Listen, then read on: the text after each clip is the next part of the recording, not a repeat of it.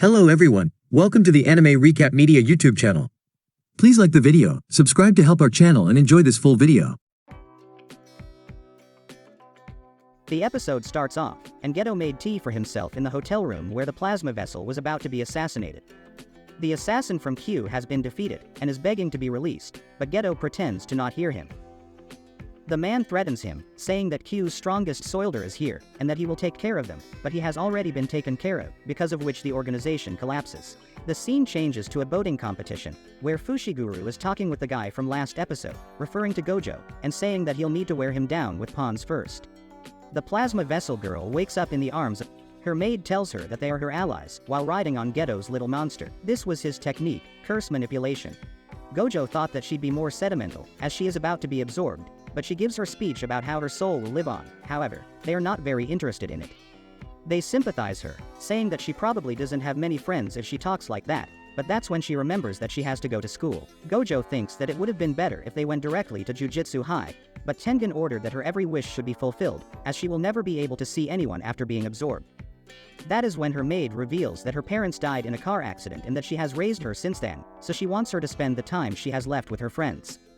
Gojo asks Geto about the spirits that he sent to watch over her, when he tells him to quickly go to her side, as two of them have been exorcised. The scene changes to the man who was talking with Fushiguro, looking at the screen with a timer of 48 hours and $250 for killing the girl. Meanwhile, the crew is getting to where the girl is, and Geto splits up, when Fushiguro gets call saying that the girl wasn't taken to Jujutsu High, so there is a chance that she might be killed and Fushiguro won't be able to get the money the Star Group was about to pay him.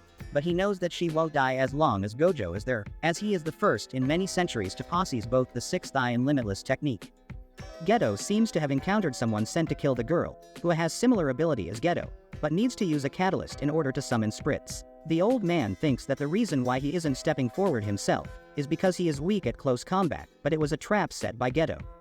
Looks like he's dead, however, he jumps behind Geto, but gets transported to another realm, where he meets his old dog companion. Surprisingly, it wasn't Geto's technique, but his life flashing before his eyes while Geto was betting the shit out of him. Meanwhile, Gojo gets in the chapel where Riko was at, when all the girls think that he is her boyfriend, but she calls him her cousin. Gojo takes the opportunity to swoop her up and run away, when another sorcerer was eyeing her down, but her maid takes care of him, with Geto lending a hand, but he was actually a clone. Gojo is confronted by the same guy, but with four of them. However, Gojo easily beats the shit out of him, while explaining his technique. Finally, he is about to finish him off with his reverse curse technique, Red. But actually fails, so he punches the guy instead. Riko is shocked, when she receives a picture of her maid in danger. After her maid got kidnapped for her milkers last episode, we see that Geto left her and went ahead, which he now regrets. It's possible that they will offer to exchange her for Riko, or want them to kill her or they'll kill her maid. However, as long as the location for the exchange is set, Gojo will make things work out. Now, they want to take her back to Jujutsu High, but Riko refuses, as she hasn't said goodbyes yet. Gojo says that they'll take her with them if it's the only way her maid can survive, but if she gets scared partway, they won't take her back home. The scene changes, they had already rescued her. The maid is sorry for being kidnapped, but Geto thinks that they caught her off guard. Meanwhile, Gojo tells Geto that they'll go back tomorrow morning, which brightens her up. The duo talk on private, and Gojo says it's fine. That is when Geto reveals that Gojo neither released his technique nor slept since yesterday, and isn't planning on doing so today either. He raises a death flag by saying that it'll be fine, as Geto is here too, and he seems to be convinced.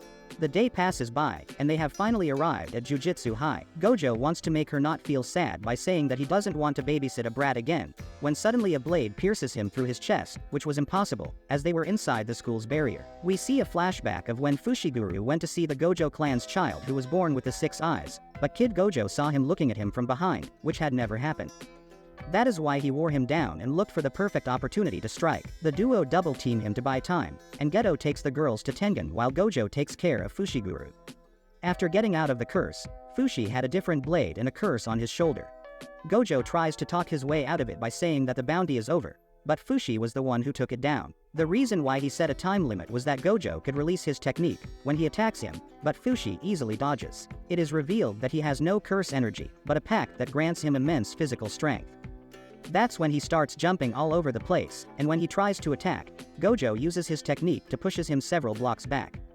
However, when he goes to check, Fushi had already started jumping again. To remove the buildings around him, Gojo uses his technique, Blue, which does the job. But much to his concern, a bunch of cursed flies surround him, which was the work of Fushi. Now, Gojo can't sense him at all, when he thinks that he's after Riko, but Fushi appears behind him, piercing his infinity and stabbing him in the throat. The rest was a brutal beatdown, killing Gojo with his body worn apart. Apparently, Fushi's weapon had the ability to stop any active technique, that's why he was able to cut through his infinity. Meanwhile, the rest of the group is heading towards Tengen. Geto explains to her that she'll need to go down the stairs, down to the base of the tree to get absorbed, or she can go back home to her maid. Back when their teacher was explaining their mission, he didn't want them to let her be absorbed, and he had already talked about it with Gojo, that if she refuses to be absorbed, they won't force her, even if it means fighting Tengen. Riko chooses to go back and be with her loved ones, so Geto gives her his hand, but something hits her in the head and kills her. It was from Fushi, who came here after killing Gojo, which makes Geto lose it, and summon 2 strong curses to kill him. After Riko got a hole blasted in her head by Fushiguro, Geto attacks him with murderous intent, but Fushiguro easily defeats his dragon. They walk down the destroyed hallway, while Fushiguro is explaining how he got inside without anyone noticing, as he has no cursed energy, but he would have been found out if he had a cursed weapon on him. That is the reason why he carried a cursed spirit that carried his weapons in his stomach. The rest was easy, as he traced their footprints and followed them. When Geto launches a flurry of different attack with his stored curses, but Fushi slices through all of them, even insulting his technique. All of a sudden, everything freezes and something can be seen in the distance, which asks Fushi if she's beautiful. It had deployed a domain that stopped anyone inside from using violence until he answered, and a bunch of scissors appear around him. When he does, he easily destroys them. However, Geto was actually trying to steal the cursed spirit on his shoulder. If the difference between him and the spirit is 2 levels lower, he can directly absorb them, but Fushi doesn't let that happen, and proceeds to slashing his chest and knocking him out with a kick. When the smoke clears after the hallway collapsing, Fushi intentionally let him live, as the curses that he has absorbed would gush out if he dies. Fushi finally remembers that he has a son, and that he named him Megumi. Later that day, Fushi and the other guy go to the Star Group's place, where Fushi gives them Riko's body with all limbs intact.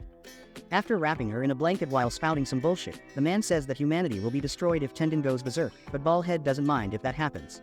He is walking alone, when he suddenly encounters Gojo, alive and kicking, which he can't believe. What happened was when Fushi stabbed his throat, he focused all his focus on using reversed curse technique and healed himself. However, he seems to have a screw loose.